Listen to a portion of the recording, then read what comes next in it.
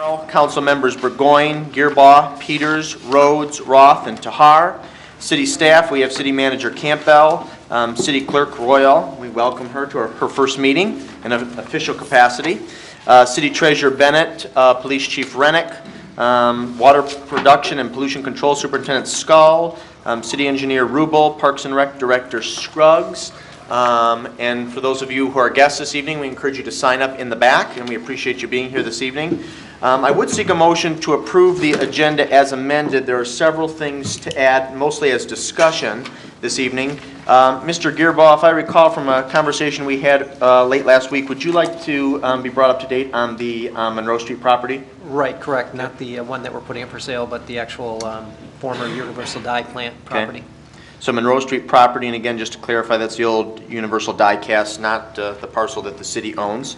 And then I'm going to briefly touch on the Celtic Festival report, the sidewalk inventory, and the evaluation that our Treasurer's Department is currently doing, comparing the penalties that we levy on late water, sewer, and tax bills versus what other communities in the vicinity do. Okay. So those are 4 additional discussion items. Is there anything else to be added to the agenda this evening? No, then I would seek a motion to approve the agenda as amended. So moved. Moved by Mr. Roth. Is there a second? Second. Seconded by Mr. Gearbaugh. Hearing no discussion, all those in favor signify by saying aye. Aye. Opposed say nay. Ayes have it, and the motion carries unanimously. We have no absences this evening, so we'll dispense with that. And so at this time, we have some tributes to present to 2 very special young ladies, if they would come forward. And I'd also invite our State Representative Gretchen Driscoll to come forward.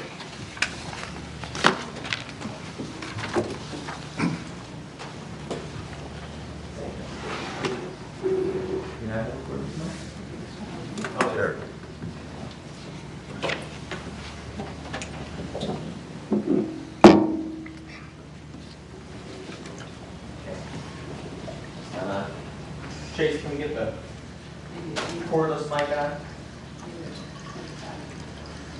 It's on here. It's on here, I don't hear it here, but that's okay. I'll speak loudly. Well, we're very honored to have both of you present here this evening, and I actually have to claim the idea of publicly recognizing you for all that you've done for this community in the past several months was not an original idea by myself, but it was an idea from our State Representative Gretchen Driscoll. So I'm going to relinquish the floor to her, and she's going to share some remarks and present you with some tribute, and then I will do likewise, okay? So, Representative Driscoll. I have to come over here on TV. I don't think people are going to have a That's hard time here. And this is a really important recognition, and I'm really glad that you both could come tonight, because I know normally the Gold Award is something that you do at your Girl Scout dinner, and it always conflicts with our council meetings. So you might want to talk to your troop leaders about that for future awards, because I know the mayor, it's difficult for us to get to both and run a meeting. So, and we really want to thank you and recognize you for your community service. That's really what makes Saline such a great place to live. And so I have for Allison and sorry, this is a little bit awkward with the microphone. But because we're on TV, it's really important that people are able to hear what we wanted to talk about. And Allison has got her Gold Star Award, which is similar to the Eagle Scout Award and the Boy Scouts. And so it's a great honor, and it's a very significant undertaking and a lot of work. So Allison did the flag. You might have all heard of the program. She was getting flags in all the classrooms and raised over $2,000. And I have a tribute that's been signed by myself and Senator Richardville and the governor to recognize and thank you for your hard work. And just wanted to say congratulations. Thank you very much. And so this is the tribute.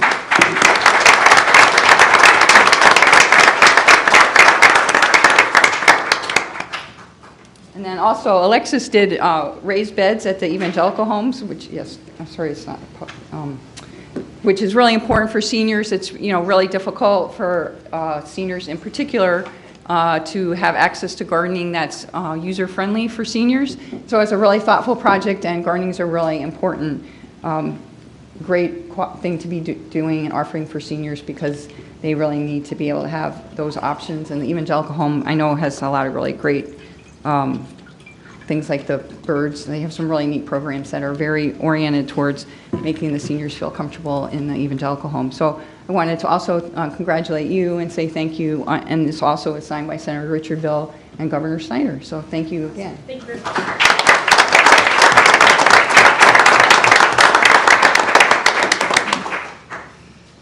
Well, thank you. Let's give Representative Driscoll a round of applause for this very original idea. Appreciate you suggesting it, and I appreciate you ladies taking time out of your schedules to be here this evening. You know, the representative stole a lot of my thunder, but this is quite a milestone, quite an accomplishment for both of you. And so, in addition to the 2 state tributes that you'll be receiving this evening, you'll also be receiving letters of recognition from my office, which our clerk's office prepared. And I'm very honored to present them to you. I'm going to start with you, Allison, and I'm not going to read this document in its entirety, ladies and gentlemen, but I do want to highlight on a few points. Representative Driscoll talked about your efforts to raise funds to get an American flag in every classroom, and I think that's really exceptional. And I hope that your patriotism and commitment to this country is an inspiration to others. So I think there's a lot of young ladies and young men who do valuable service projects in the community, but I think that one is particularly exceptional. So give her a round of applause for that. Thank you very much, and best of luck to you in all your future endeavors. And Alexis, also as the representative said, you did a tremendous thing, which is doing some, tell me a little bit more about it. Is it raised garden beds? Yeah, raised garden beds. At Evangelical Homes of Michigan. Evangelical Homes of Michigan is a great facility. I've had family members, loved ones who've lived there, and so your efforts to improve that facility are greatly appreciated. And that's just a great entity to partner with. So again, your friend here did an exceptional community project. You also did an exceptional community project, and I want to thank you for that. Congratulations.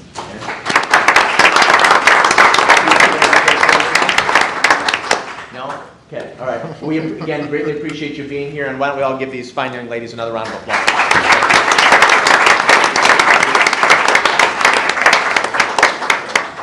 And my friends, now I'm going to divert for just a moment from our agenda. I'm going to kind of go rogue on this one. But we have a very special lady in our midst, and she's actually usually in our midst, holding us accountable. Mary Laronis, I believe, today is celebrating her 80th birthday. So you need to come forward now.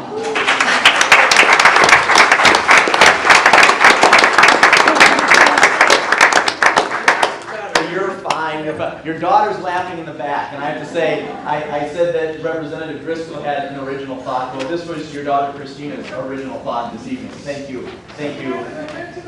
She most if you're going to be upset with anybody, be upset with your loving daughter. She brought some family and friends here as well. So, again, Mary Laronis is actually celebrating her 80th birthday today. And Mary is one of our regulars, and we say that with love. Mary has been active in the Parks Commission, with the River Raisin Watershed Council, with the Saline Greenways Alliance.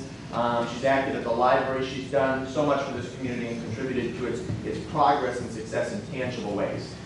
In addition, she usually joins us every other Monday, and we greatly appreciate those in the general public who join us, because most do not, and we appreciate and value her questions and her inquiries, and she's one of the people that keeps us accountable, and that's really key in elected office. So we're pleased to present you with this little rose bush, and more importantly, with this birthday cake, which reads, "Happy birthday, Mary, from your friends at the City of Saline." So we hope you have a fabulous birthday.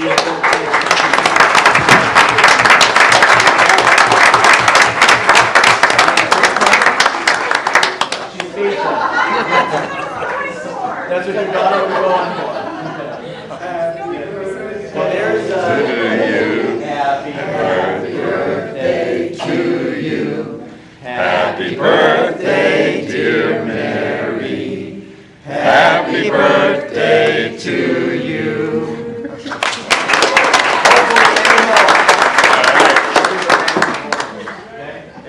Thank you so much. Thank you. Thank you.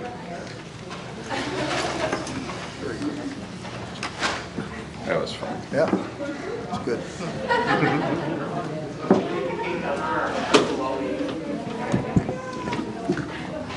I think she was genuinely surprised. Yes. Okay. Yeah, I think so. Speaks for his first time.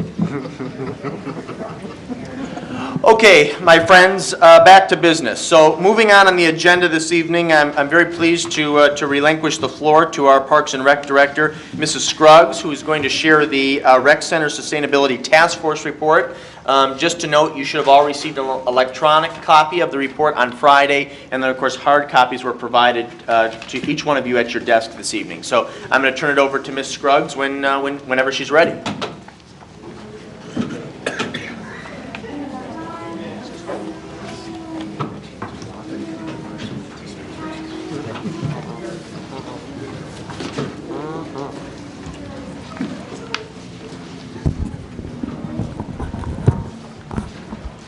Okay.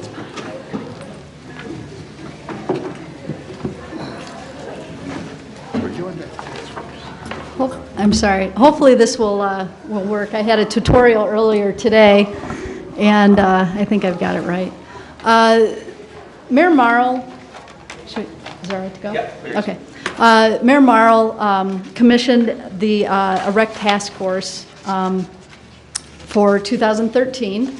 And we had selected several people. Part of the committee was Councilman Dean Gearbaugh, Todd Campbell, our city manager, myself, Diane Waterhouse, who is here with us today. She's a community member, and also Scott Fosdick, who just let me know just now that he wasn't able to be here. He had a family emergency, so unfortunately he's not here with us today.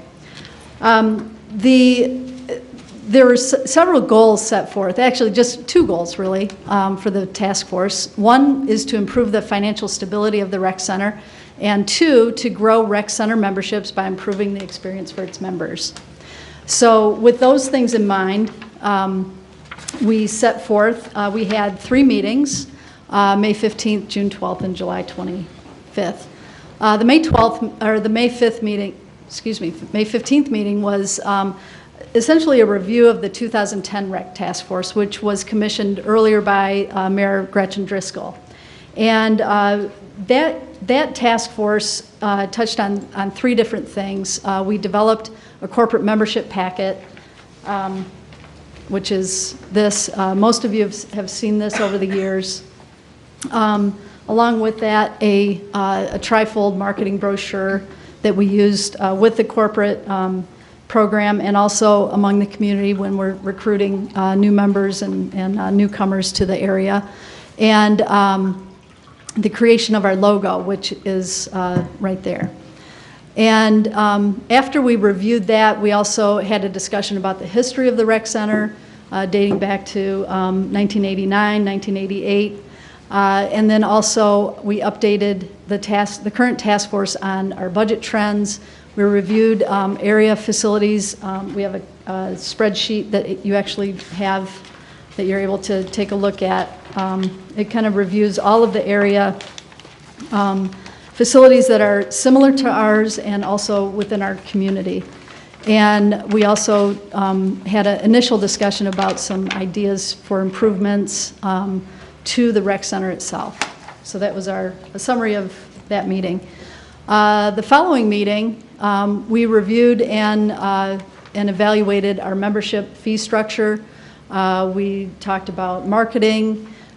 We talked about ways to increase our resident base, and also we discussed surveying current members and also a way to survey non-members to find out valuable information from our members as far as what they like, don't like, ways to improve things, and also for our non-members, why aren't they members? How could we maybe attract them? And then also we had a brief discussion regarding potential CARES dollars and allocation based on some discussions we've had at the REC ad hoc committee with the school board in the city. And then our final meeting, we reviewed the proposed recommendations for City Council to make sure that we were all in agreement. We discussed the definition of a family definition and potential changes there, and then finalized our recommendations for City Council. So those are just some summaries of what we did in those 3 meetings. Membership trends. In your packet that you have on your desk tonight, there you have some more in-depth information. There's several spreadsheets. One is kind of a pinky purple, and another one is blue. And you're welcome to take a look at those a little bit more in depth after the meeting or whatnot. But just a couple of things I wanted to point out regarding membership trends. In 2008, there was a little bit of a snafu in the economy. Several companies laid off a lot of workers, relocated, and we did pretty well. We were maintaining pretty steady membership numbers and revenue numbers. And suddenly in 2009, we thought we had kind of gotten through that hump, and all of a sudden we dropped memberships. We went from 2,500 members down to 2,200 members. It was a very significant drop. And so you can see here on this sheet, it's a 4-year kind of trending of what we did. We worked, the following year we kind of jumped up slightly, but then over the past 2 fiscal years we've been declining. And there are a lot of theories. Some of the 2010 task force, we addressed this as well. Different theories of, more competition in the area. Families are having to make difficult choices to, trying to spend their money the way they need to. Obviously, the economic squeeze, changing in dynamics. For example, a lot of people have family memberships, and the kids are now leaving, getting out of the household, so they don't have a need for that family membership any longer. Corporate memberships just reduced drastically. We had a lot of companies in our community that went out of business, reduced their workforce to almost nothing. Companies that were operating 3 work shifts went down to 1 work shift. So that had a large impact on our corporate membership program. Addressing the goals. Some of the things that the task force identified to address these goals is to attract and retain more members. That would be kind of a primary goal. How can we do that? Ways to do that is to make it more affordable. And by more affordable, I'm not saying that we're out of the price range. I'm just saying a way to have people pay that's more affordable to them. And I'll address that in a minute.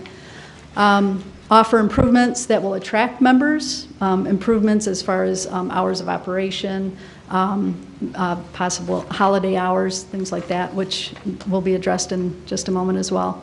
Expanding our membership pool, increasing our marketing and visibility within the community, and also to continue to contain our costs.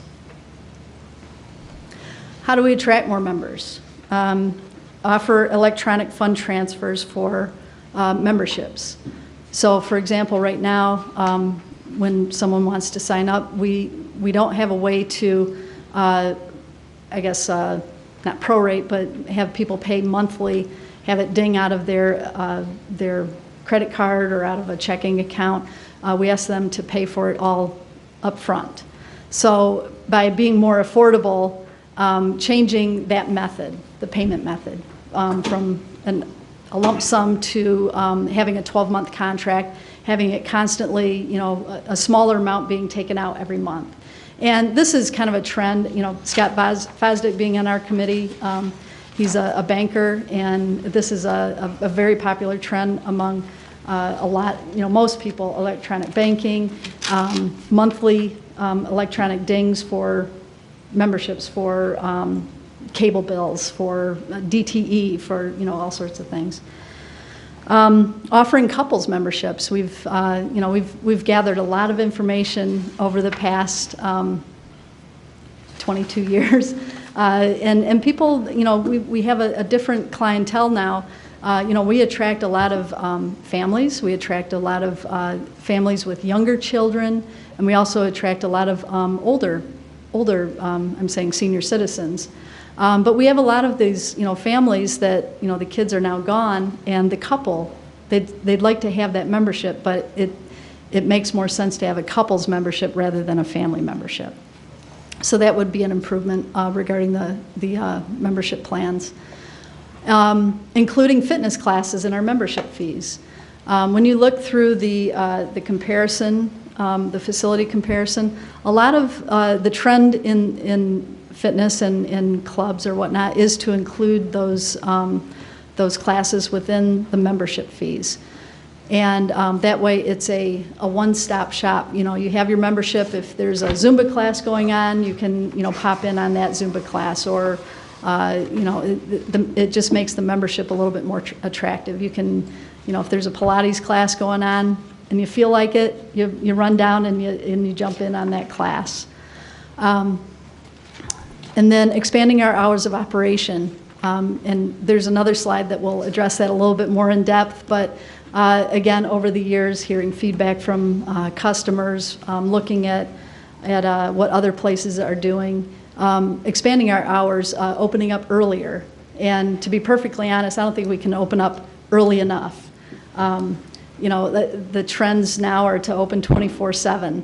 And I'm not suggesting that whatsoever. Our facility isn't designed for that type of 24/7. But opening up a little bit earlier, we have a lot of business people that want to come in and work out and get to a job early in the morning at 7 o'clock or whatnot.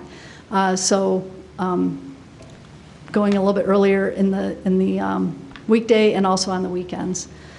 And updating our family definition. There's a lot of new dynamics within families these days. Again, it kind of goes back to the hard economic times and people losing jobs and having to, adult children moving back home, or people taking on their elderly parents or whatnot. So we kind of worked out an idea to be a little bit more inclusive that way. Adjusting ages. There were some discrepancies as far as our daily fee ages were different than our membership fee ages, so it's just kind of doing some house cleaning things. And then also kind of broadening our membership pool.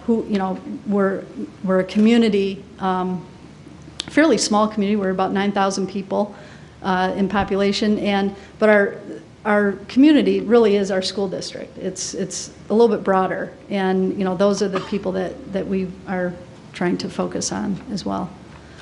Membership rates and electronic fund transfers. Again, I mentioned briefly that currently we have we have lump sums. So what we would want to do is to increase our membership fees minimally by 10%. That way we're going to be covering our fitness classes, our expanded hours of operation. Our Kids Corner currently is included in our membership fees, but making sure that we're covering those costs as well. And we kind of worked out some preliminary numbers, and we came up with a 10% fee increase that would cover all of those costs.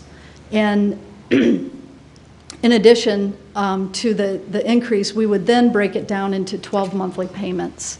So for example, for $25 a month, someone could have an individual membership. And it would be dinged out of their account either on the 1st or the 15th of the month. There's some banking rules that we would have to go by, and some formal contracts, which we've been working on, to make this possible. And our software program that we upgraded a few years ago will allow us to do this now. So again, making it a little bit more affordable for individuals, for families. And then you might see at the bottom we have our current membership plans and proposed membership plans with some additions, having a couples rate and also the additional family extension, which would be for an example would be an adult parent moving home and combining with a family member, or an adult child moving back into the household, or an au pair or an exchange student or whatnot. Financial snapshot, what we're looking at, like I said, our revenues, we're looking at membership fees, which would be currently our annual fees and monthly fees. And with the 10% increase, it would jump from $598,000 to $657,000. Our daily fees, this is a little bit harder to, I think this is a low number, actually. Currently, we take in about $72,000. That's what we had projected, and it would bump up to $79,200. And then our fitness classes, we currently bring in about $104,000 and some change for our fitness classes, and this is a very low number. Right now, we average about 60% of our members take classes, 40% non-members take classes. So I estimated a 25% of non-members are going to be taking classes. So it would be, we're still going to be bringing money in for our fitness classes because you don't have to be a member in order to, join in on classes or whatnot. And then our expenditures that we need to make sure that we're covering are our Kids Corner, our fitness classes, and the extra hours of operation. Classes that would be included with the membership would be our aerobic classes, and that's kind of a variety of things between our, we have conditioning classes, boot camp, total fitness, our yoga classes, Pilates, Zumba, water aerobics, spinning, TRX, and yoga Lattes. So it makes it very attractive to have the membership and to be able to take all of these classes. There are some classes that are fitness classes that are not included, which those are different types that we might contract with a company. So for example, our jiu-jitsu program, which is a martial arts, would not be included. Bali Fit, our personal trainers would not be included in that. Ping's professional sports agency, he offers conditioning classes and some weightlifting classes. Those are not included. The Huron Valley Volleyball Club, we offer in the summertime some kind of conditioning classes for volleyball players. That's a contracted program that we offer with them. And then our swim lessons and special events are not part of the membership. Those are all kind of a la carte separate things. Parks and Recreation. Again, we are the Parks and Recreation Department for the city. Everyone is eligible to take classes even if they're not members. Classes will still have fees associated with them. That way, if anyone wants to take a yoga class or whatnot, they're still welcome to do that even if they're not a member. Or if you want to register your child for a swim lesson or one of our community events like the Spring Fest or Halloween parties or whatnot. And we are here to serve and to provide recreational opportunities for this entire community.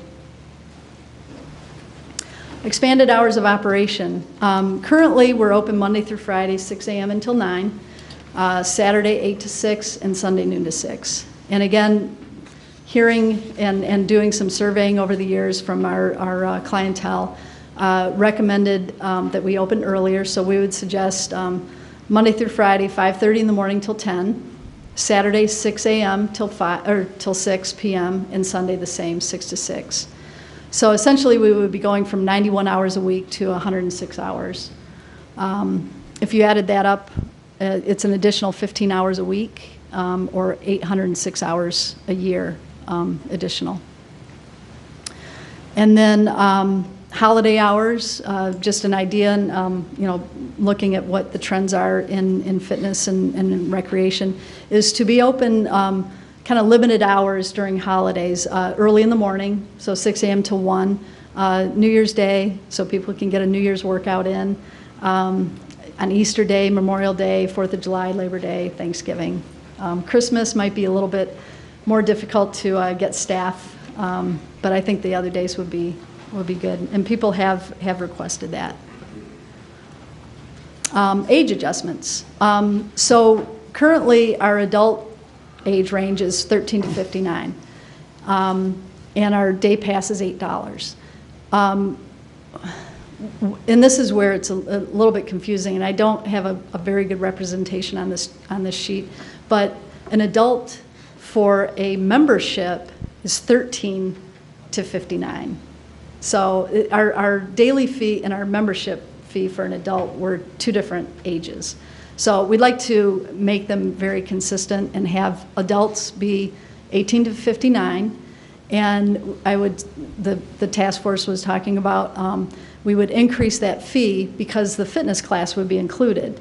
And this is a concept that I learned from Canton Township when they have the Summit on the Park, which is a very similar fitness facility. And they switched over to EFTs, to the same thing that we're transitioning, or we'd like to transition into.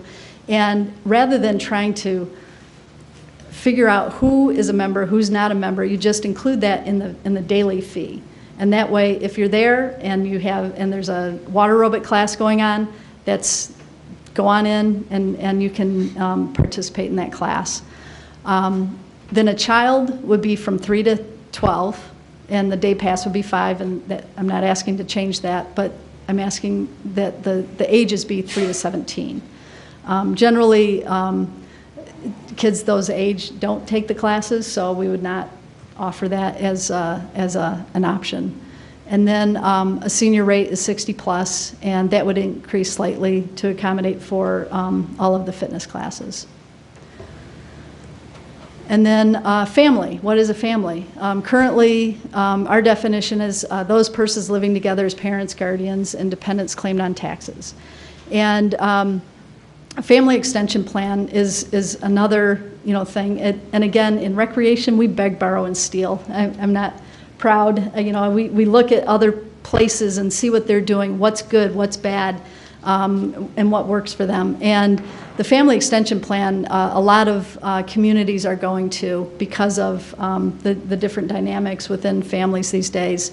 And charging a fee, for example, a $50 per adult. If you have, a mother, an elderly mother living with you, you can add that person on as part of your family, and you just pay an extra fee for that. They do have to live within the household. It's not a big extension. It's if they do truly live there, and it also we have a caveat saying it must be approved by administrative staff. So we would look into it and make sure that it is a legit type of family extension. Expansion of our membership pool. This is a discussion that we've had within the ad hoc committee and also among the task force based on the ad hoc committee. And if we were able to expand the membership pool, we would be increasing our resident base by 65%. We would be drawing from 28,000 people versus 9,000 people for our residents. Over the years, we've had to explain over and over and over why right directly across the street they have a Saline address, a Saline. They go to Saline schools, they go to Saline District Library, the Saline Fire Department services them, but they're considered a non-resident.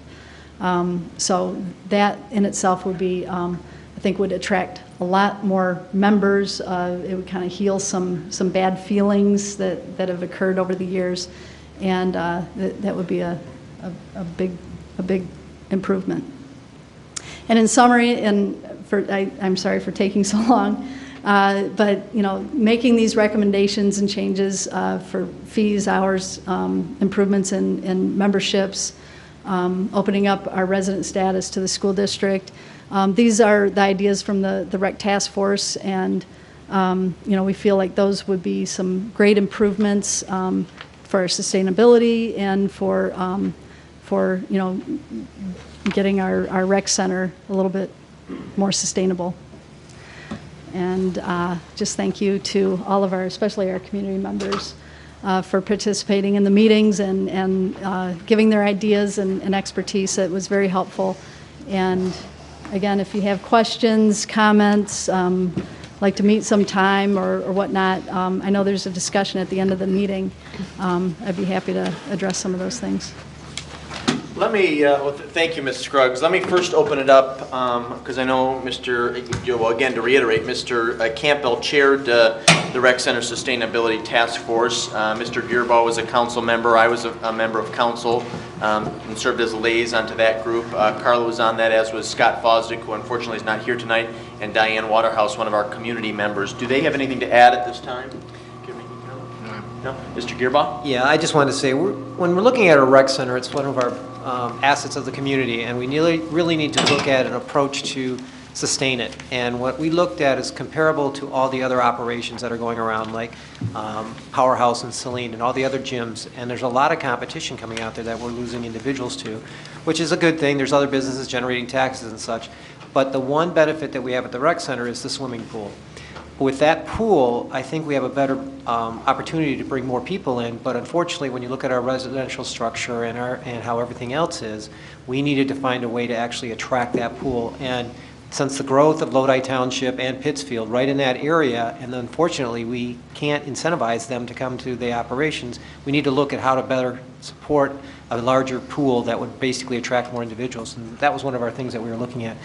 The other aspect is we're trying to figure out ways to expand the whole operation of the facility so that when people want to work, just like Carla had mentioned, there's a lot of individuals that drive by that in the morning, would love to stop there and use it, but unfortunately that additional time just isn't there for them to make it to work out and whatever. So although these are little tweaks and there are costs to it, we believe as a group felt that there will be a larger turnout for that. The small increase still keeps us highly competitive with most monthly payments. Looking at even on the one sheet, you'll see the comparisons of what normally most businesses are charging. We're significantly lower than, and you have a swimming pool, you have access to the equipment, you have a gym. There's a lot of benefit. We just need to market that, and I think we'll have a lot more people coming in there. There are concerns that what happens is all of a sudden we get a huge influx of individuals because now we're including courses and such. Not so sure that's going to happen. There's a lot of specialty activities and things that people are still going to do their workouts and such that I think will still be there, but this would at least benefit the community more and helpfully fight for our bottom line on it. And then the last thing, one other thing is actually getting our population to use it more. We want to encourage more of the younger students, teenagers and such that can use this facility where they so much cannot use the high school swimming pool because that's basically closed out to any other individuals because of varsity sports and all that. It's important that we be able to have this available to everyone, not just to certain individuals as a result of what happens in the schools and things. So there's a lot of aspects of this. I'm hoping that a lot of these recommendations go through. There may be a little bit more pro forma information done and a little more analysis on such. But I believe a lot of the recommendations that Carla's come up with and the recommendations from the committee are a way of positive moving forward and helping support this rec where we really want it. Luckily for us, it really is paying for itself except for the work of replacement equipment and the building and some of those things. So if we can just bump it over the top, I think we can get this into being a better shape than we've ever had it. Diane, do you care to comment at all? No? Okay, well, Okay, he did say it very well, but we greatly appreciate your service, and you lent a new and different perspective that I think enriched the process, so thank you for your service. Appreciate that. Are there any questions for Ms. Scruggs at this time? I do want to note that, as Mr. Gearbaugh indicated, this is also a discussion item, and so Carla would be, I'm sure, happy to address any questions, concerns you may have at that time.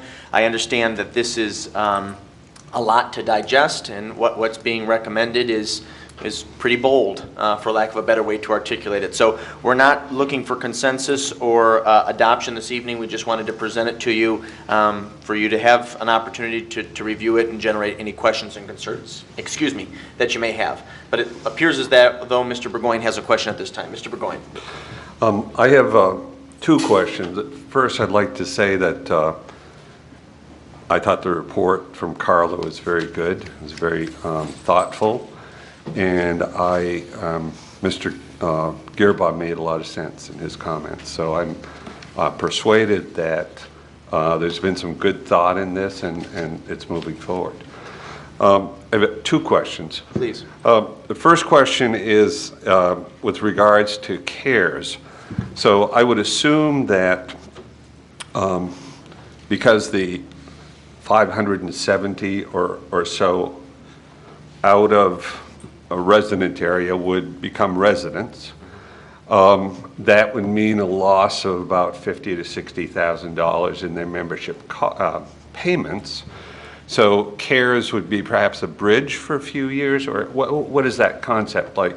Would that be about $50,000 a year from CARES for a while, diminishing over time? Or I'm just trying to understand that concept. That's my first question. Yeah, it's a very good question. Many numbers and figures have been thrown out in our preliminary discussions with school board members and with school officials related to the use of some CARES funds to sort of bridge the gap, if you will. Those negotiations are ongoing, so it would really be inappropriate to comment further at this juncture. However, you are correct. We're looking at a number of figures basically to get us over this hump, if you will, and provide a subsidy, for lack of a better way to articulate it, to basically underwrite this policy change. Yeah, it would take a 3 or 4 or 5% increase in the membership to make it good. So I could see that, but I was just wondering about it's a the bridge. good question. Yeah. And that's one of the other reasons why, since that component is still in flux, it would be inappropriate to seek approval of this policy, these policy changes at this time. But did you have a second question, Mr. Yes, Devine? yes, I did. I do see that it's a nice grid on, the other opportunities that people have to use fitness centers. And essentially, we are competitive with it, and even with the changes, still competitive.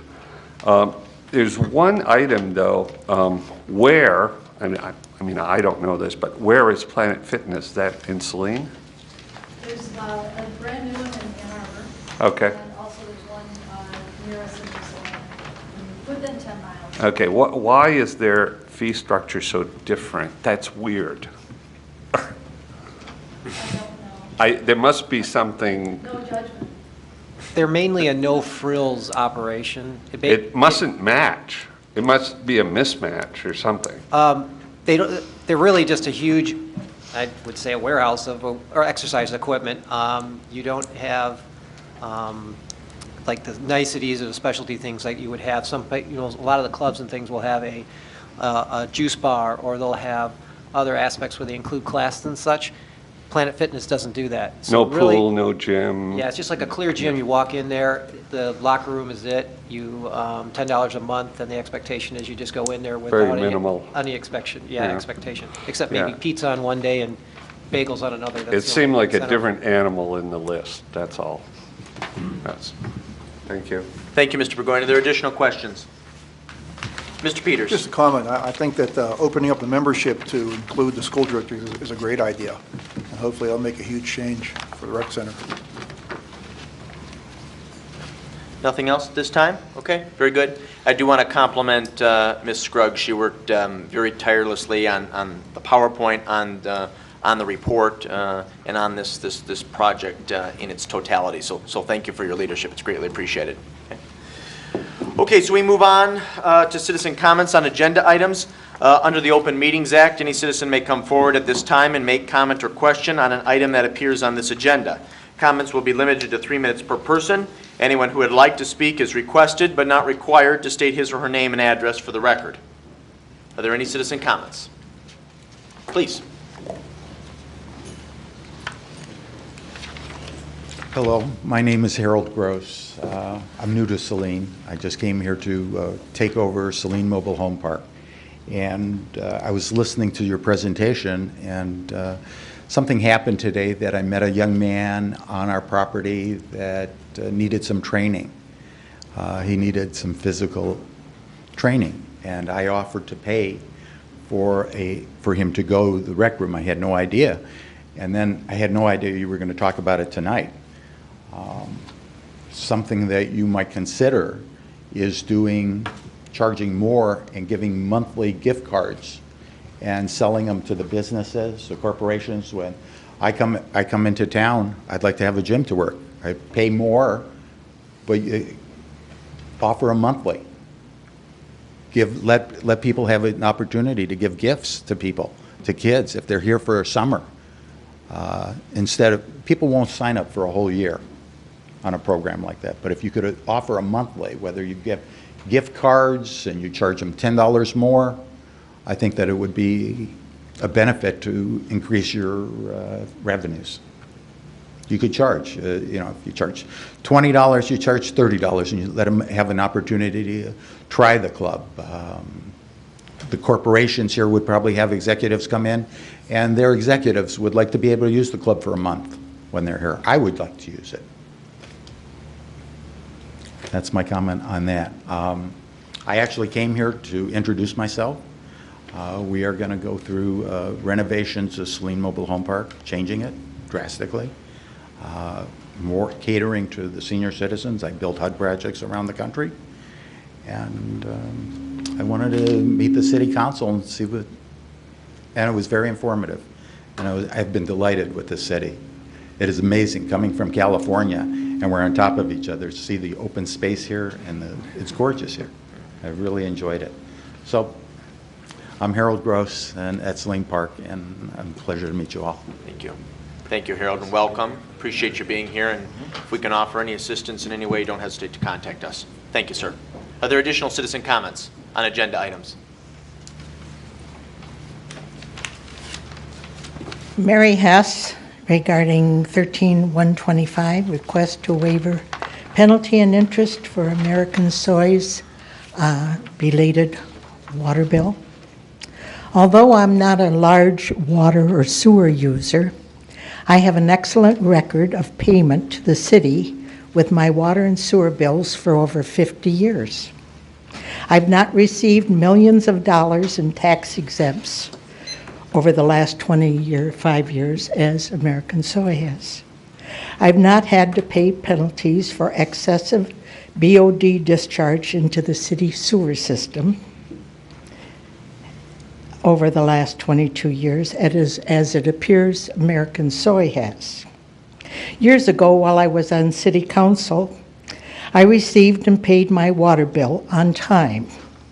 The city did not receive it.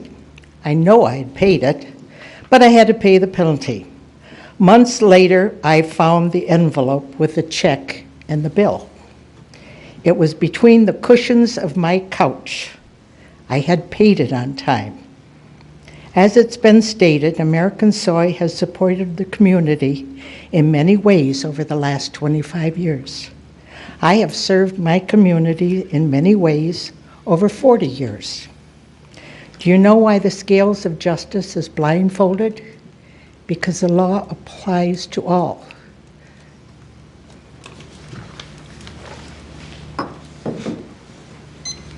Are there additional citizen comments on agenda items? No, then we move on to the consent agenda. The following consent agenda will normally be adopted without discussion. However, at the request of any citizen or council member, any item may be removed from the consent agenda, for council discussion. Move to approve and adopt as submitted. Okay, it's been moved by Rhodes to approve and adopt as submitted. Is there a second? Second. Seconded by Mr. Gearbaugh. Discussion. Hearing none, all those in favor signify by saying aye. Aye. Aye. Opposed, say nay. Ayes have it, and the motion carries unanimously. Moving on to new business, item 13-125. This is a request to waive penalty and interest from American Soy. This will be a motion to acknowledge receipt of the August 12th, 2013 letter from Ron Roller, President of American Soy, requesting that council reconsider the penalty and interest fees assessed for the late payment of the May 2013 water and sewer bill. Is there a motion? Motion to acknowledge receipt. Okay. It's been moved by Burgoyne to acknowledge receipt. Is there a second? Support. Support by Mr. Rhodes. I believe that Mr. Roller, or a representative from American Soy, is present. Is that correct? Would you care to make a comment, sir?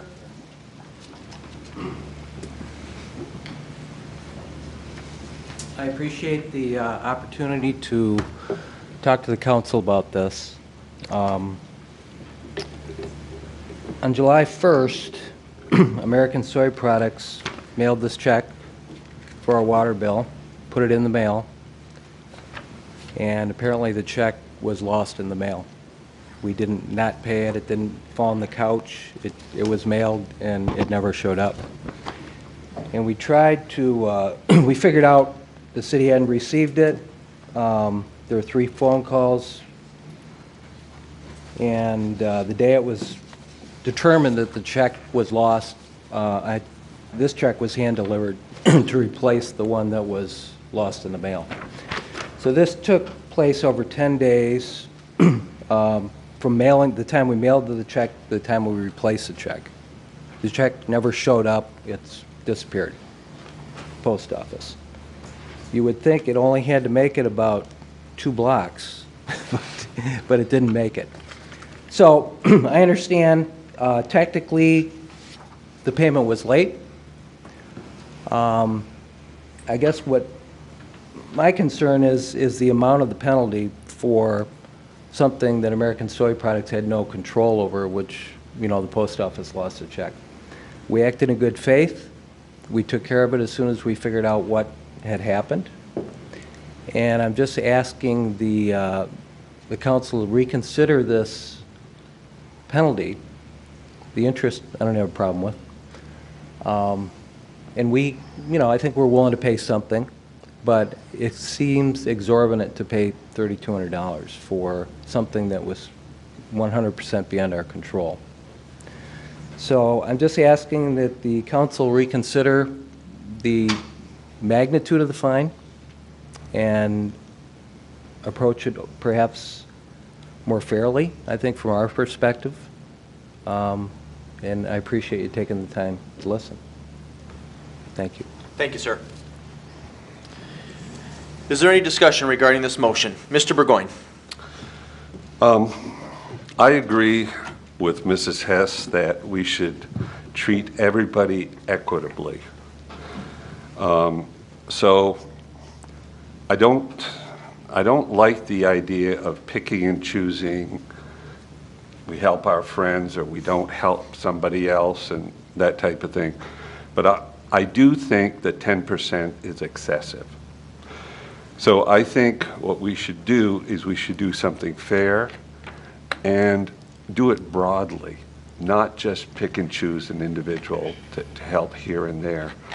So from my point of view, I don't think it necessarily should be a percentage as a penalty.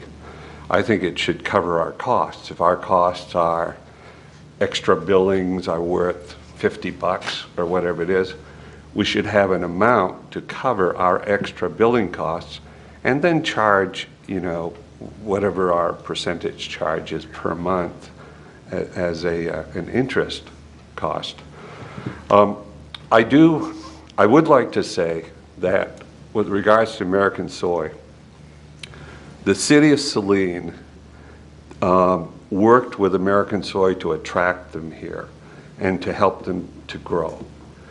And we've done that with other businesses. American Soy's been a good corporate citizen.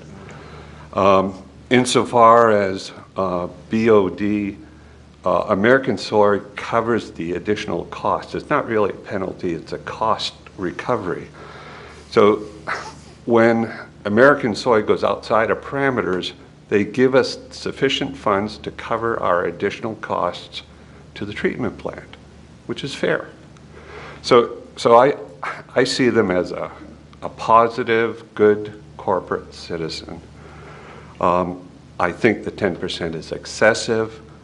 I don't think it would be fair for us to just pick and choose to do it in one case and not to do it in another case.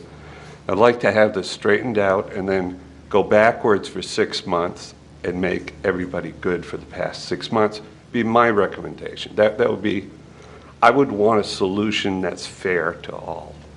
Thank you, Mr. Burgoyne. Are there additional comments? Mr. Rhodes. I would support philosophically Mr. Burgoyne's approach that a flat dollar amount to recover costs, and then the interest I think is fine. And I think we should fairly quickly here convene either a special session or get a recommendation from staff that we can vote on, and if it's possible to make it retroactive 6 months, 12 months, whatever that appropriate amount is, then we should do that. Thank you, Mr. Rhodes. Mr. Peters. Well, I guess my position hasn't changed much from the last meeting. I think each case should be handled individually. Right now we have sort of a zero tolerance attitude towards this kind of a thing.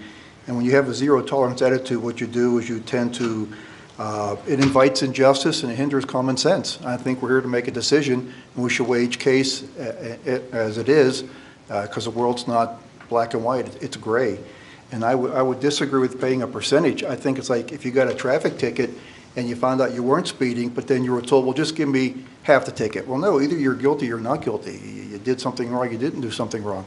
In this case, I don't think American Soy did anything wrong, so I don't think they should owe us any payment.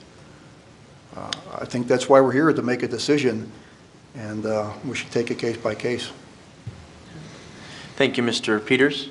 Just to clarify and not to negate our future discussion later on in the agenda relating to staff's analysis of penalties and fees that other communities and municipalities levy, but I did have a conversation with our city treasurer on Friday.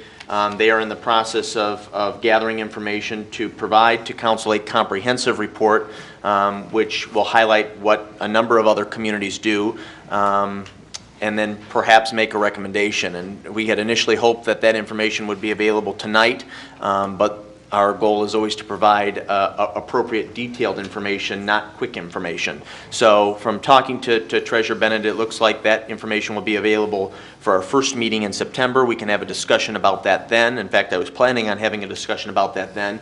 And then if council wants to discuss, adjusting the penalty or changing it somehow and providing some sort of credit or benefit to petitioners, whether they be private citizens or businesses, retroactively, that's a discussion that certainly can be had. I'm not sure that I would be in favor of that. Nevertheless, it's a discussion and a dialogue and debate that this council can engage in at that time. So just to add that clarity to this conversation. Mr. Roth. I would like to make a motion that we table this to a future date once we have more information. And I agree with some of the concepts that was mentioned, some of the ideas Councilman Burgoyne threw out. So I would like to see this tabled until we have more information, because as this reads, it says to reconsider. And that's what I'd like to be able to reconsider once we have more information. Well, just to be clear, you're only then tabling the acknowledgement of receipt. We're not approving anything tonight. Okay, got a lot of discussions. It's like we were trying. Yeah, all we're doing going toward approving. Yep, all this motion is acknowledging a receipt of a letter, a correspondence from American Soy. I have no problem with that. Okay. But I'd like to see this be a future agenda item. Absolutely. Okay, Mr. Burgoyne. One thing that I think you said was had to do with people petitioning to get their payment back over the past 6 months or a year. My concept was anybody that has already paid water and sewer excessive penalty, if it's 10% is found to be excessive, would just automatically be rebated that amount. And I would like to ask our legal counsel whether, since we set the rates and we set the penalty, whether we can go back for 6 months and just do that. Sure, it's possible to do that. Mr. Gearbaugh, did you have a comment, sir? Yeah, whatever we look at, we need to, besides the legal aspect was going to be my statement, but the other aspect, making sure that whatever we do is not impacting our overall fee structure and how it plays out, because I know a lot of that's dependent on how that was structured. The other thing I just had asked Ms. Bennett beforehand, she said that she had sent out approximately 900 past due notices for this last month's billing. So we're talking a significant number of individuals, just to let council know that. Thank you, Mr. Gearbaugh. Okay. Is there anything further on new business item 13-125? Ms. Tahar. Yes, I would just, I think it's appropriate to have a review of what we're doing, but I would also say my understanding of the current rules they're operating under were developed because there had been an excessive amount of petitions to City Council, and City Council, at the time this was put in place, spent a lot of time trying to figure out who should pay a penalty and who shouldn't, weighing who's a good guy, who's a bad guy. And so I wouldn't want to put us back into a position where we have to do a lot of figuring out who deserves to not to pay a fee or who does. So that would be my only. Thank you, Ms. additional Tahar. comment. Please. Thank you, Mr. Mayor. Just for point of clarification, since this is a policy question, staff is a little cautious on making a full-out recommendation, so what we may do, provide you with information, maybe some possible alternatives, but I just want to be cautious since it is a policy area to just throw out and say, this is the one we recommend, because it is a policy, and that's not staff's area. Anything else on this agenda item? No? Okay, then it's been properly moved by Burgoyne, seconded by Rhodes to acknowledge receipt. All those in favor signify by saying aye. Aye. Opposed, say nay. Ayes have it, the motion carries unanimously. Moving on to new business item 13-126. This is the purchase of a replacement RBC drive. This will be a motion to acknowledge receipt of the August 13th, 2013 memo from Water Production and Pollution Control Superintendent Skull, and to authorize or not authorize the purchase of one Dodge Biodisc gear reducer from WC DuCobb in the amount of $19,698. Is there a motion? Move to authorize. It's been moved by Peters to authorize. Is there a second? Second. Seconded by Mr. Gearbaugh. Mr. Skull, do you care to make a comment, sir?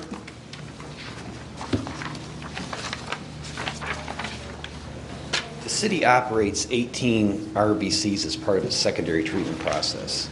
These were installed in 1986, and we, over the last few years, have been replacing drives as they fail. We do send them out to be fixed, but normally the repair costs are more than the cost of a new drive. DuCobb is a relatively new company for us to use, but they've been very competitive in their prices. Just a quick question. Yes, sir. Mr. Gearbaugh.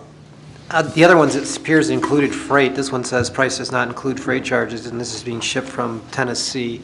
Is that going to be a significant cost that makes it It's about competitive? $340. Oh, so it's nothing. Okay. Additional questions for Mr. Skull. Mr. Peters. Yeah, I think Perfection has their labor rate in this number, don't they? I believe the price for the actual gear itself is about the same.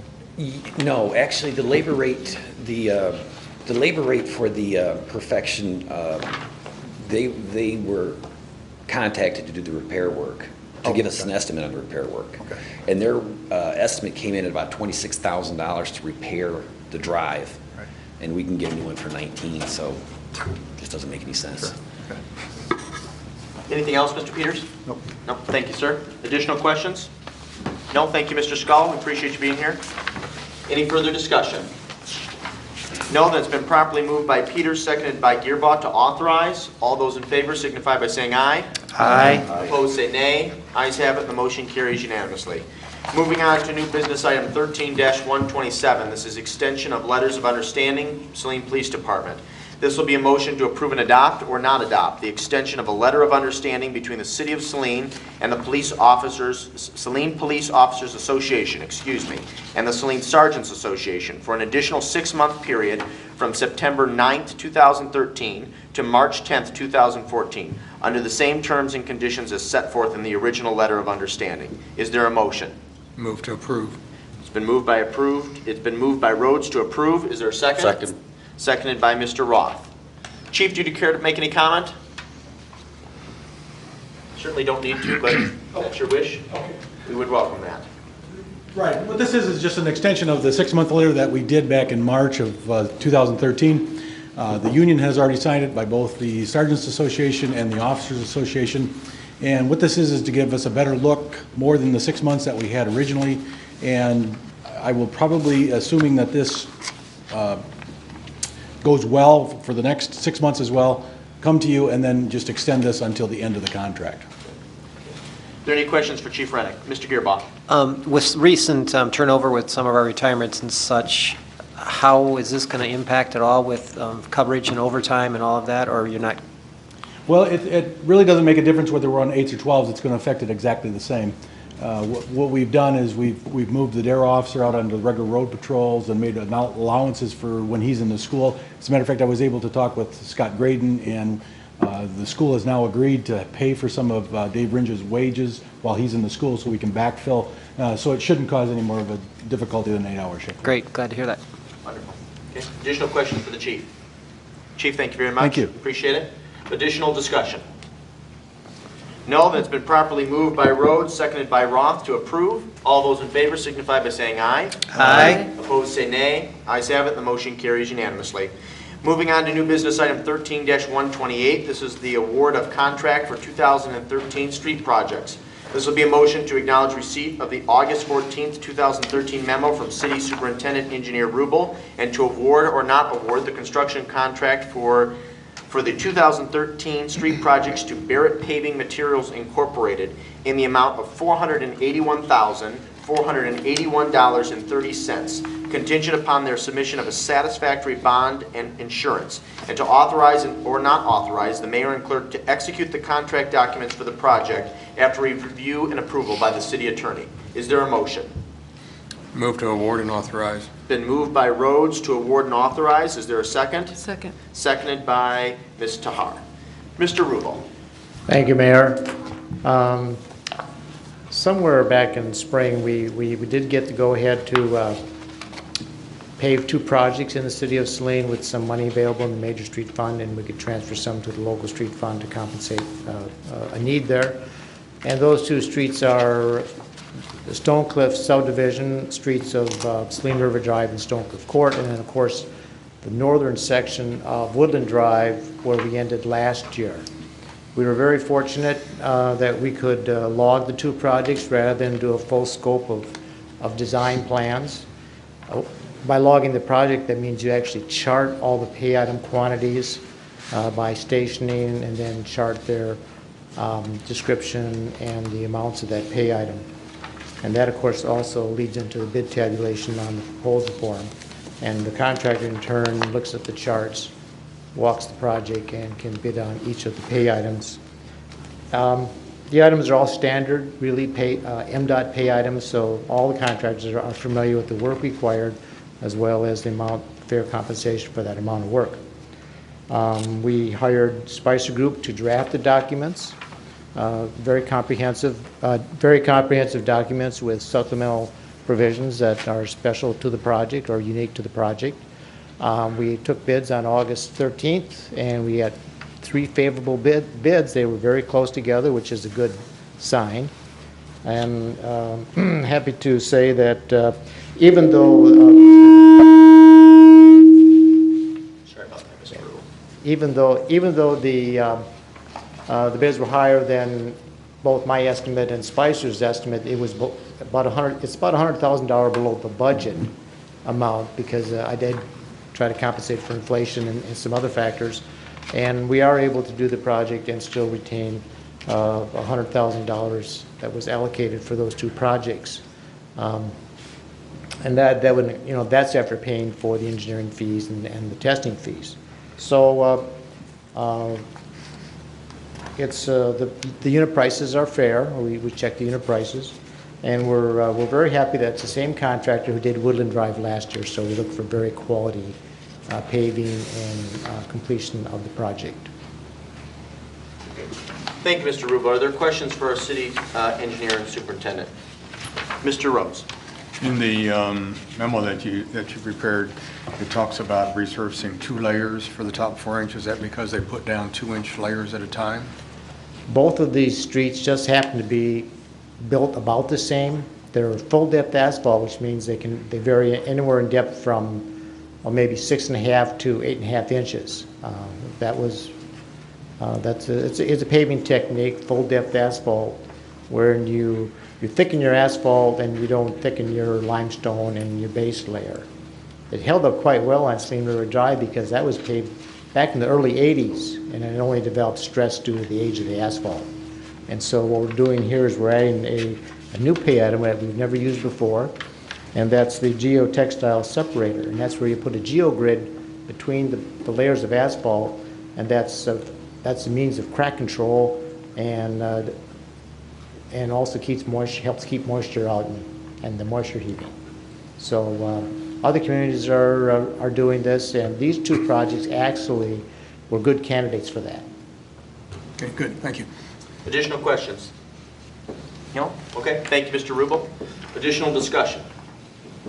Well, let me just say that I'm very excited we're able to move forward on both of these projects. These are important investments in our community, and I have to say, personally, because my volunteers and I, during my campaign for the office of mayor, knocked doors on numerous occasions on Saline River Drive, and if we heard it once, we heard it a dozen times, which was do something about this street.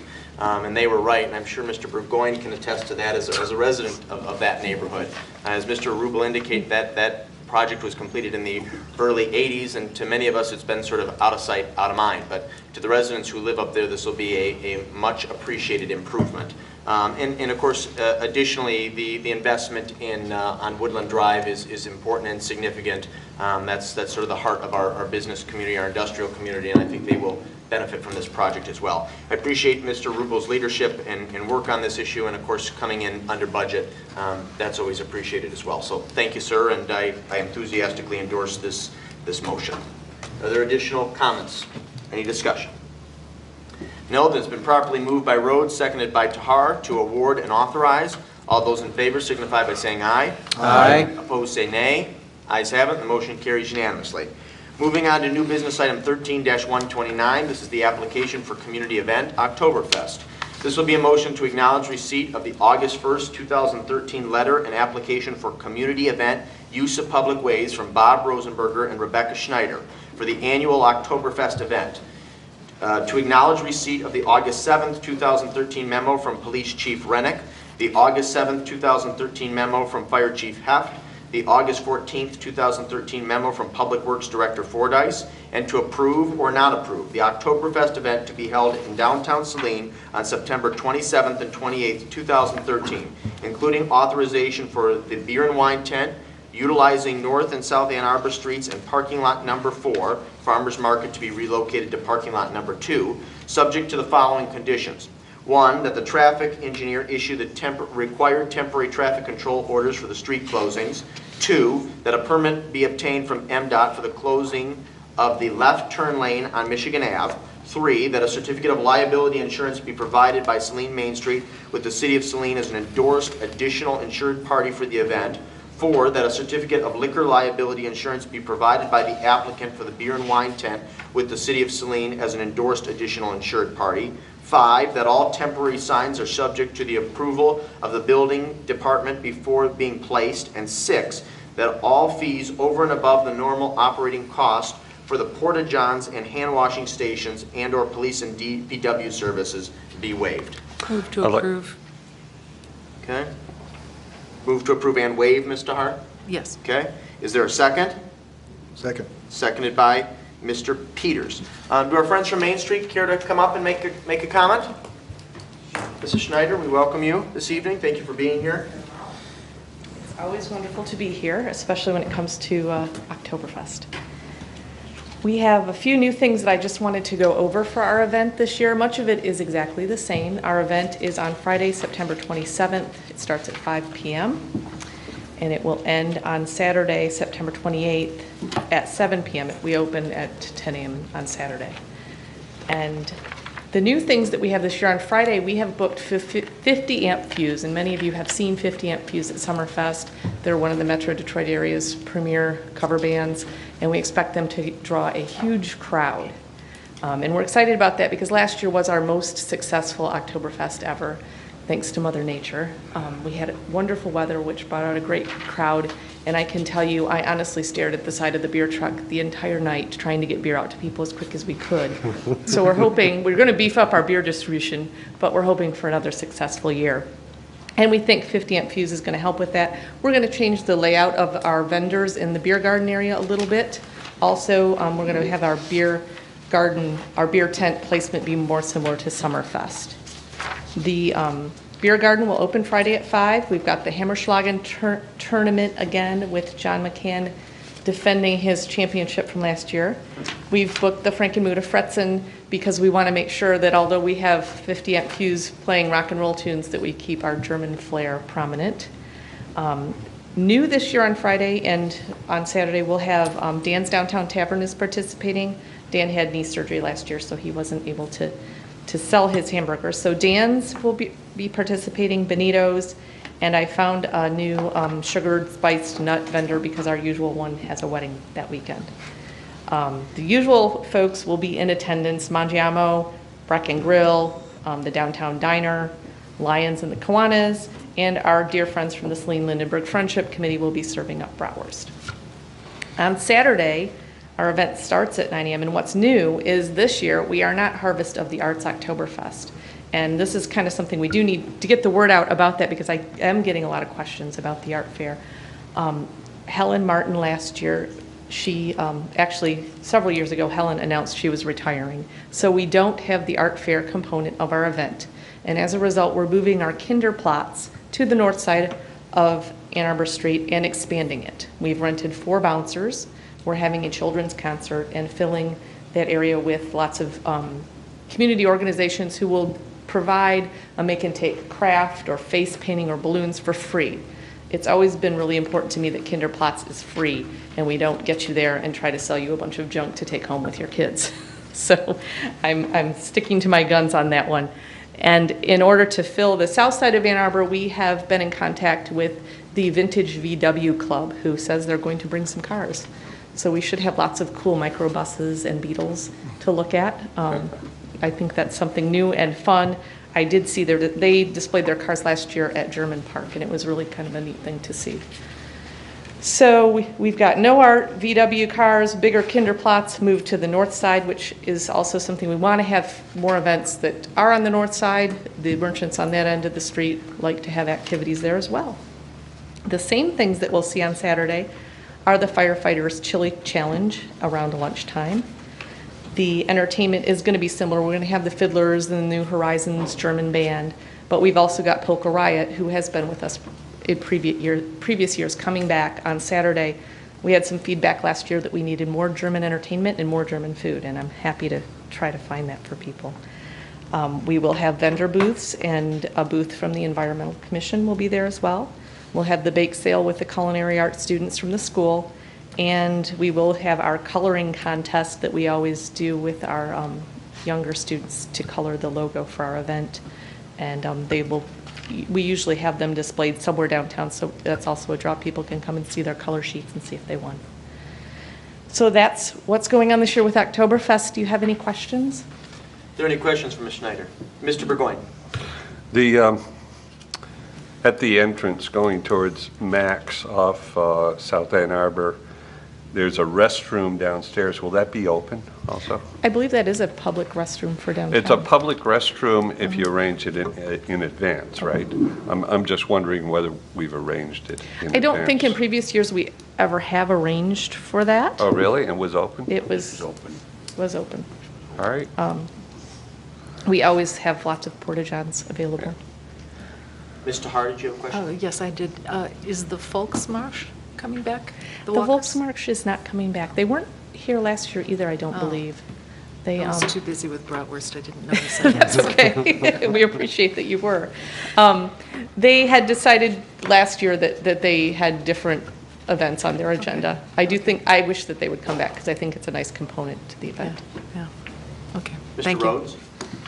With respect to the bathrooms on that lower level, I've been led to believe that that was part of the original agreement for the construction of that project, that those bathrooms would be made available for any public community event. However, over this last weekend, those bathrooms were vandalized 3 different times, 3 different days, and Bill Kinley is very concerned about that happening again because it could cause significant damage downstairs. So I don't know if he's going to approach the city about modifying that agreement or establishing some other requirement. But there were some serious issues with the men's bathroom down there.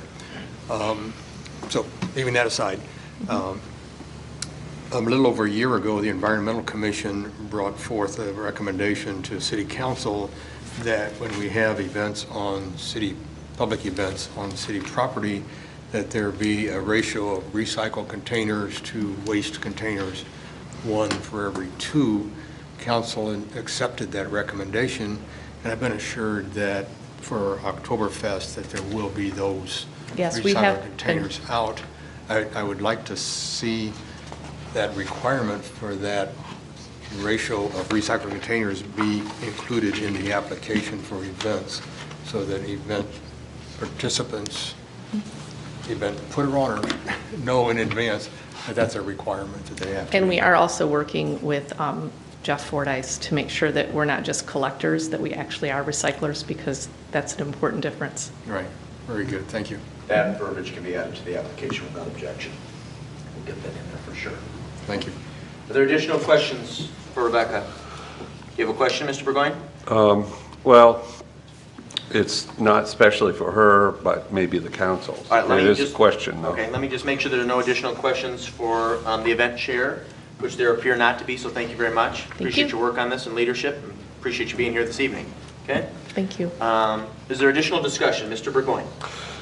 Yes, I see that there will be volunteers to take down barricades and that type of thing. But with events that that are not private events and that are community events like this, the council has waived all fees, whether they're already covered or they're additional fees like overtime or out-of-pocket costs and so forth. And from time to time, that's gone back and forth, not necessarily for tonight, but for future thought. I would like to suggest that we do absorb all fees like that can be covered during ordinary work time, or that's city equipment or something like that. But when we have to actually hire out to get other equipment, or when we have to pay overtime, maybe we could consider having a sharing, like a 50-50 of just that portion of extra costs, not the basic costs and not what we can cover normally, but things that are outside the norm that we actually have to pay out of pocket for. So I'm just, you know, sometimes the question is whether you waive or you don't waive. To me, it would be better if we had a policy overall, and that would be equal for everybody. We treat everybody the same way, just so long as it was a community event. If it's not a community event, then the organization should just carry the costs. Thank you for that, Mr. Burgoyne. We can certainly have a future conversation and dialogue about that issue. Are there any other, anything else, any other points of interest or anything other members of council would like to share regarding this motion? No? No further discussion then? Okay, then it's been properly moved by Tahar, seconded by Peters to approve and to waive. All those in favor signify by saying aye. Aye. Opposed say nay. Ayes have it, and the motion carries unanimously. Thank you all. We look forward to another great Oktoberfest. Okay. We move on to the discussion portion of our agenda. First, we have commission, committee, or task force reports from members of council. Are there any commission or committee reports? Ms. Tahar. Yes, thank you.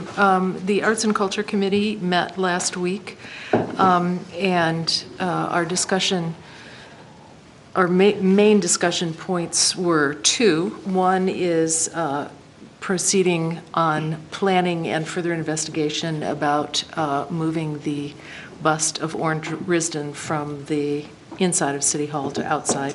And thanks to Councilmember Rhodes for doing a lot of investigation and assistance on gathering information for that. It's not finalized yet. It's still moving forward, still investigating, but it looks promising, very promising.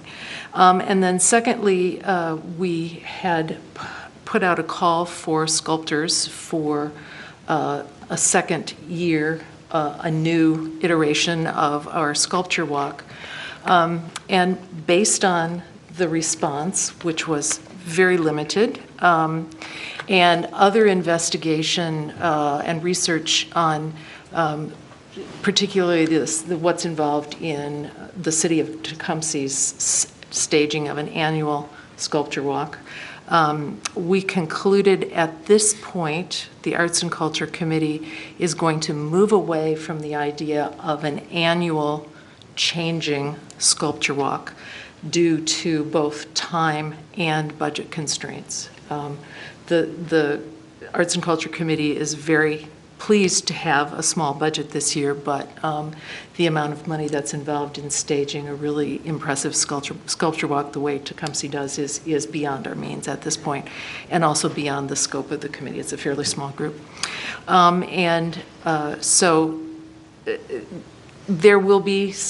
We will still be discussing public art and sculpture walks, but just not on an annual basis, the way we had originally been approaching it this year. Thank you for that update, Ms. Tahar. Are there additional commissioner committee reports? Mr. Peters. Just want to like make an announcement that the Saline Area Fire Department has an open position. Of course, the Saline Area Fire Department services the city, York, Lodi, and Saline Township. And they're looking for a full-time position. One person's called the at-large member, and it would only involve 4 meetings a year. You need to be at least 18 years or older, and you would serve as sort of an independent board member. And if anybody's out there is interested, just contact City Hall for any details and get you going. Thank you. Thank you, Mr. Peters. Mr. Rhodes. 2 members of the Environmental Commission staffed the Environmental Commission's tent and table at Saline Farmers Market this last Saturday. Ms. Hess started out first 2 hours, and I finished it up, and we handed out a lot of literature. So there's a lot of interest in preserving our environment and being kinder to our planet by our residents. Very good. Thank you, Mr. Rhodes. Mr. Gearbaugh.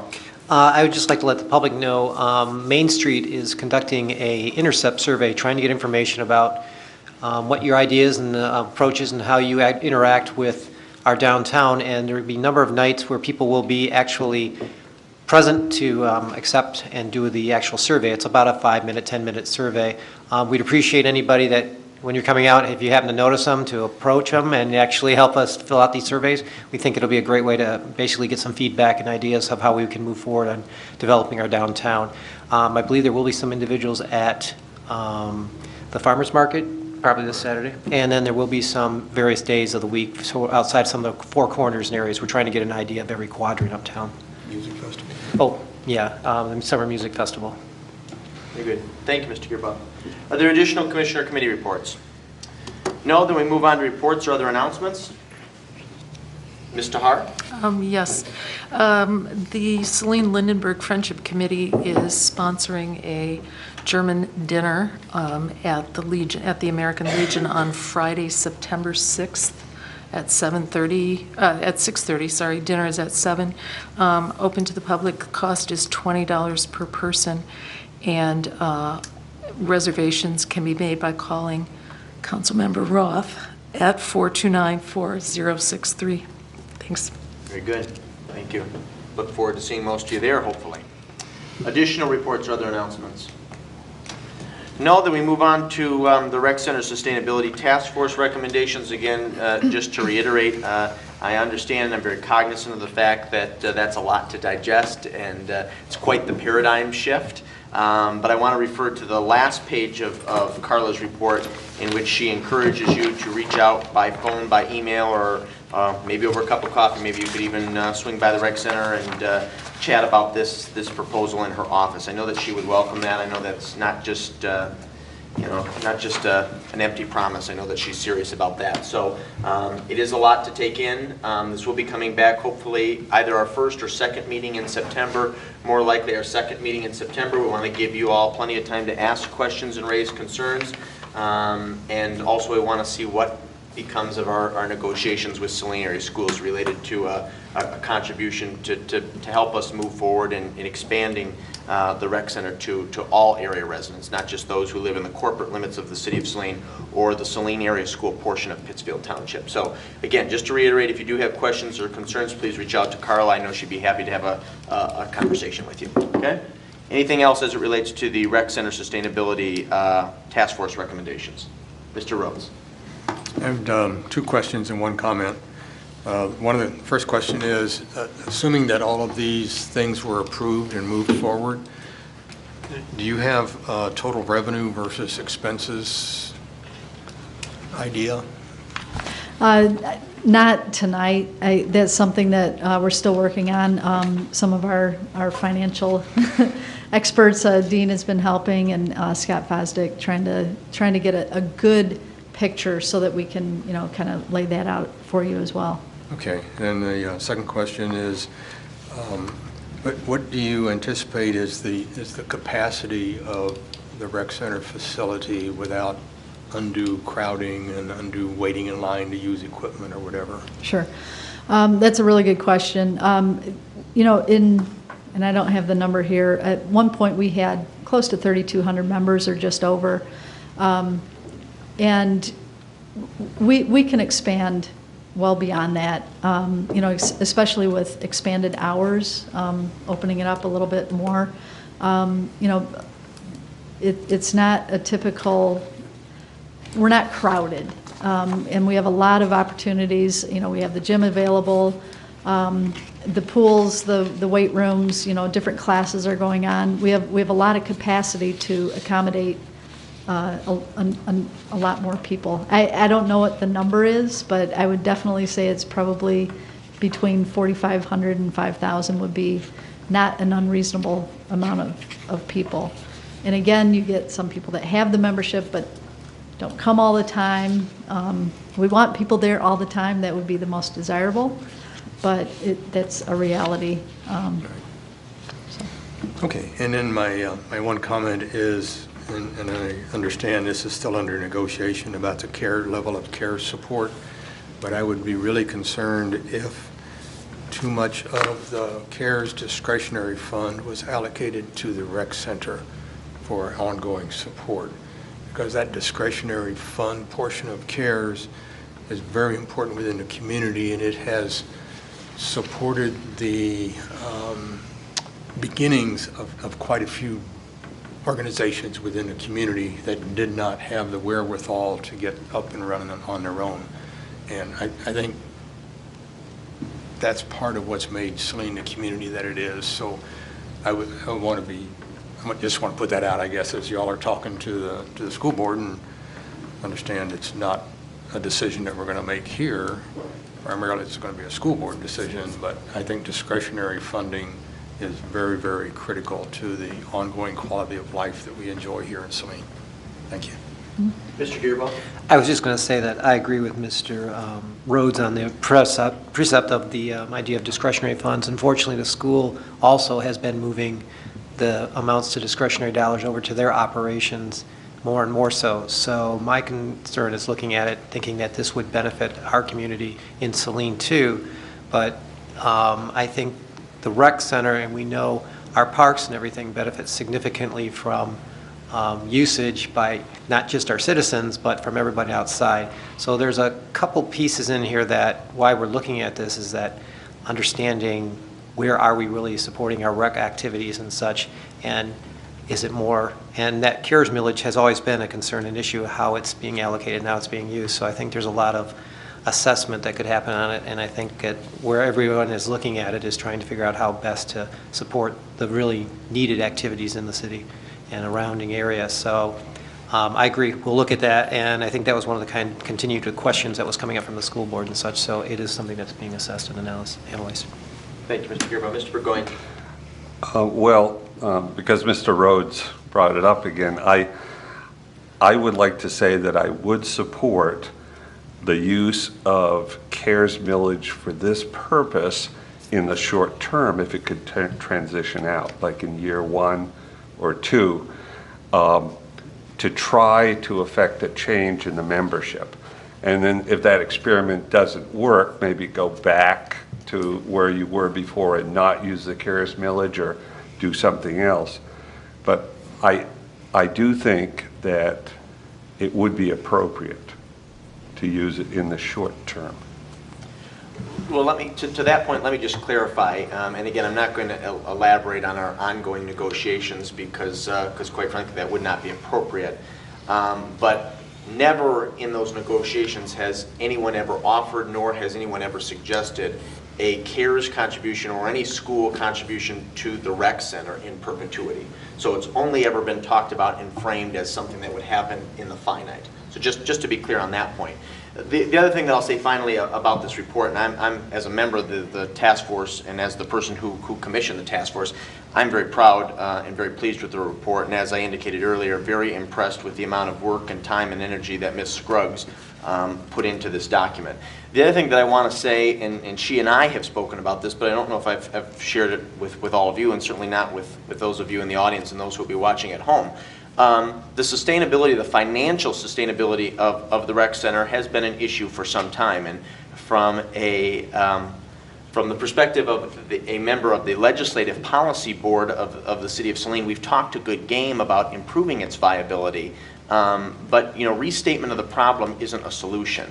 And I accept some of the burden, some of the responsibility with that. And so I do think that this report and the recommendations contained within it is sort of a game changer, if you will. It is certainly a paradigm shift. I know I use that phrase a lot, but I think it's appropriate here.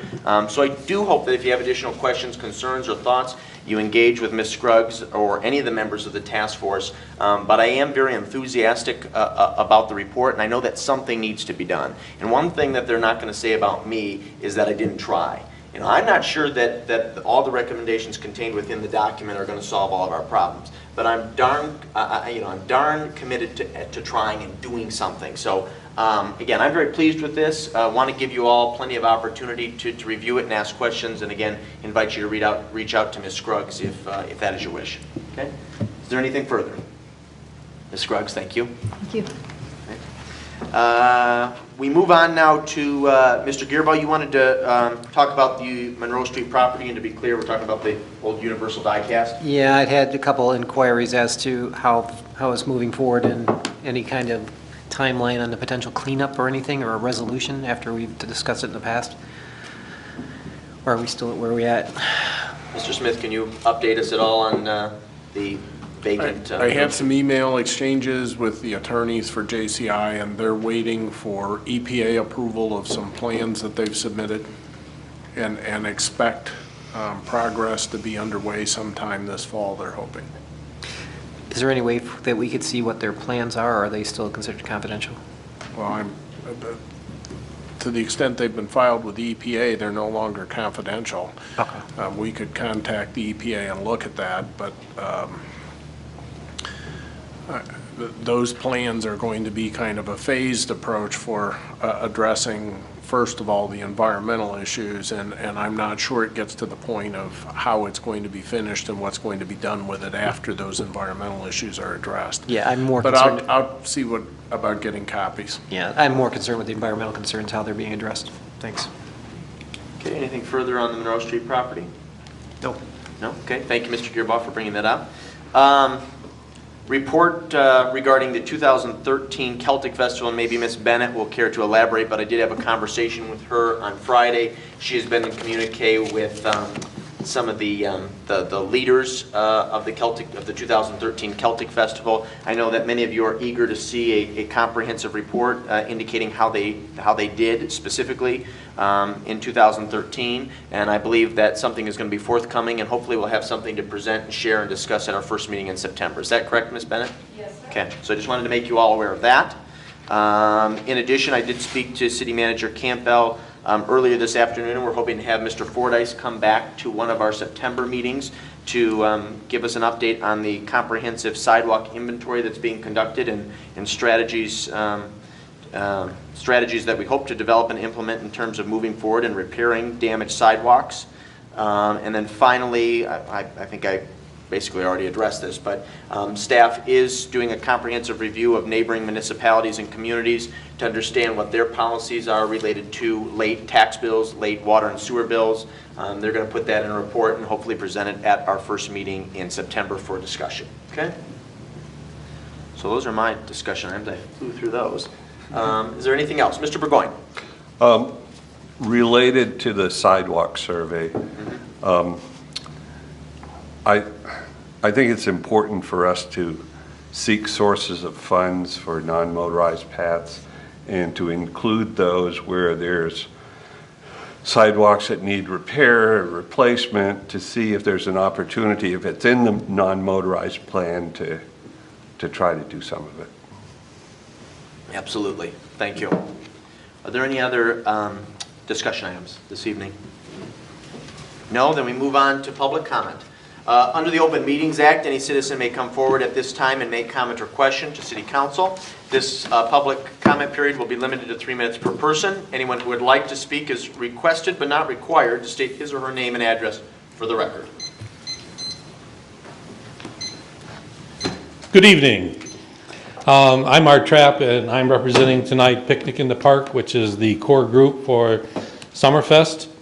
I just wanted to come tonight and thank everyone, the city, the DPW, the police department, the fire department, Chamber of Commerce, ProBility, the Lions Club, the Kiwanis, Saline Historic Society, Saline Street Machines, PEAC, Saline Rotary, Saline Main Street, Community Ed, Saline Schools, the many businesses and volunteers that help make it one of the most successful events we've had in a long time. Just to give you some idea, we had 45 artist booths, a record. We had 120 bike riders in our bike tour. That's a new event, so I can't tell you that's a record. Fishing contests, we had 21 participants, and each person that participated got a rod and reel thanks to Cabela's. 5K race, we had 305 runners. 4 runners finished under 15 minutes, which makes it one of the fastest 5K races in Michigan in 2013. Rubber duck race was won by Marion Kozma. Saline Street Machines had 150 cars. Again, that's a record. The Tecumseh Trolley, every trip was full, and a lot of good comments on the Inn and People's House. The electric cars, we had 25 electric cars on display on Hall Road, and the firemen sold 520 chickens, and the other food vendors did extremely well. The only other thing I wanted to mention is we had a new layout, and everybody was very happy with it, including me, because I kind of put it together, so I was happy that it worked, and that we continue to look to do things to upgrade and make Summerfest one of the events that is a premier for the city of Saline. I don't know if anybody has any questions? Any questions for Mr. Trapp? Oh, the block party, yeah. I don't know the numbers on the block party, and there's a few other things I don't know the numbers on yet. We're still getting that together, but I will have a written report here soon, so. Very good. Mr. Gearbaugh. I just had some great comments by individuals that were from out of town that thought it was a great event, that you guys really had exceeded yourself in the past. And also, they were fascinated by the fact that somebody was having their high school reunion up there and thought that was a great idea. So in the future, that type of a benefit would be great. Yeah, the reunion thing didn't work out quite as well as we had hoped, but that was up to the members that participated in that class. And we have done things like that in the past. We've held space available for them, so. Not opposed to doing it again. So. Great. I don't think there's anything further. Thank you, Mr. Trapp. You did a heck of a job, and I think, as you indicated, Summerfest was a great success, probably one of the best ever. So thank you for all you did to make it. Nothing to do with the weather, though. Well, it always plays a part, but it couldn't have been the event it was without your leadership and without all the volunteers. Thank you. So thank you very much. Are there additional citizen comments?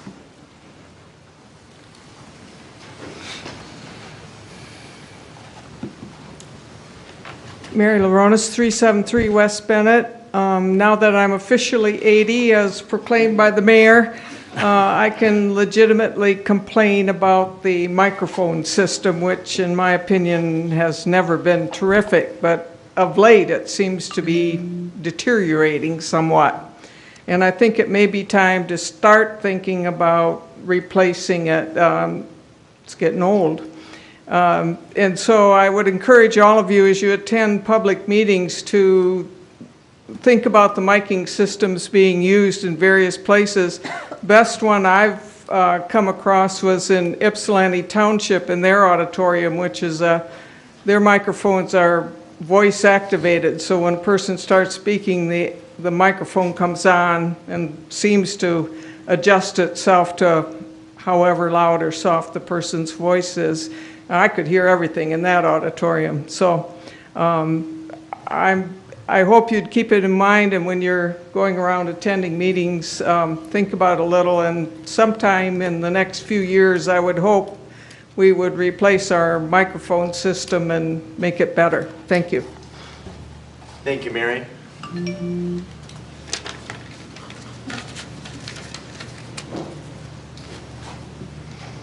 Mary Hess. I notice the older I get, the harder it is to keep well. The rec center is very important to seniors for wellness. I notice a jump from $5 to $8 is quite a jump. The comment as far as the school district maybe being a little sensitive to them not getting the less expensive rate, the one difference is city taxpayers pay out of their millage and their taxes for the rec center. Townships do not, and the school district does not. The only input would be CARES millage, of which the school district pays for part of the rec center. I would hope that as we have bicycle paths and we have all the things for activities, that we address seniors and their wellness, and that the rec center be in fact addressed regarding their wellness. The other comment as far as the restroom that Mr. Kinley has in his building, when he closed the alley years ago, it was an understanding that the restroom would be available to the public. Porta-johns are not fun.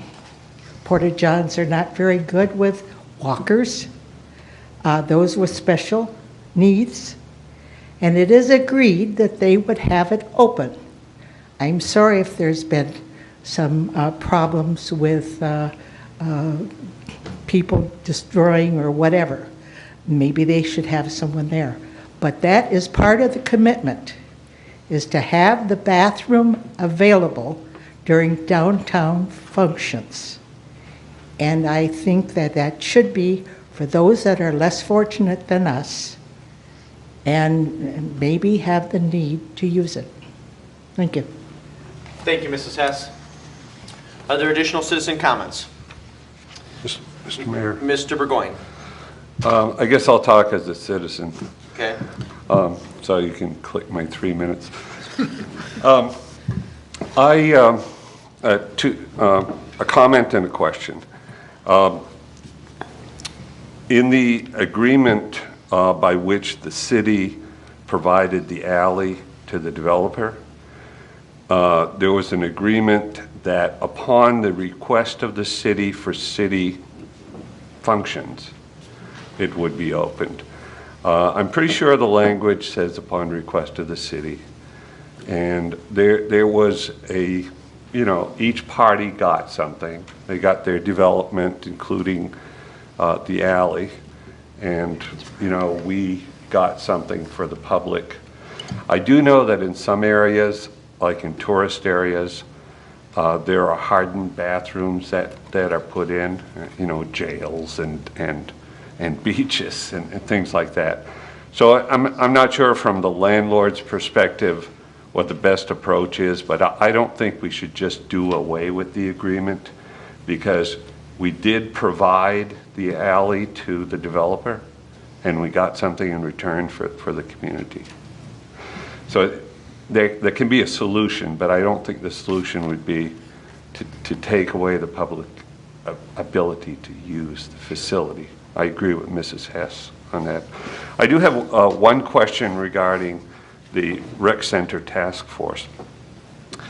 And I might have misread this. In reading what's existing now and what will exist in the future, there were two possibilities that were put in there. There was a possibility that there would be some support from this recreation millage that everybody pays, in this area, in the school area. There was also a comment in there that the fees would remain 25% different. Would they, so everyone in the school area would be considered a resident, and if you're not in the school area, that would be 25% different. Okay. Okay. So in order for us to do well, to do the same as now, if you lower $50,000 or $60,000 worth of current fees, you have to get either more membership or you have to have some supplemental funds from somewhere. So I do think that the approach, especially as explained by Mr. Gerba, is very persuasive, and that there's a lot of good thoughts in here, and it might likely succeed. So that would be good, but it'd be nice to have a period of time for reevaluation after maybe 2 years. Oh, absolutely. They have to be monitored quite closely, to be quite frank with you, Mr. Burgoyne. Yeah. Thank you for your comments. All right. Is there anything else to come before Saline City Council this evening? No, then we have our next regular council meeting on September 9th. However, beginning at 6:30 here in council chambers, we will have a community meet and greet with our new city clerk, Ms. Royal. We appreciate you being here tonight, and hope your first day went well. Wonderful. We're actually going to be sending out a press release as well, inviting those in the community to come and meet our new city clerk and wish her well. And again, that will take place here in council chambers beginning at 6:30 p.m., the hour before our regularly scheduled council meeting on the 9th. So please come, meet our clerk and wish her well, and hopefully learn a little bit more about her. And then we'll have our second meeting in September on the 30th of the month, and there's no work meeting. That meeting will begin at our regular time, which is 7:30 p.m. We have no absences this evening, so we do not need to excuse any members. So at this time, I would seek a motion to adjourn at 9:24 p.m. So moved. It's been moved by Mr. Gearbaugh to adjourn at 9:24. Is there a second? Second. Seconded by Ms. Tahar. Hearing no discussion, all those in favor signify by saying aye. Aye. Opposed, say nay. Meeting's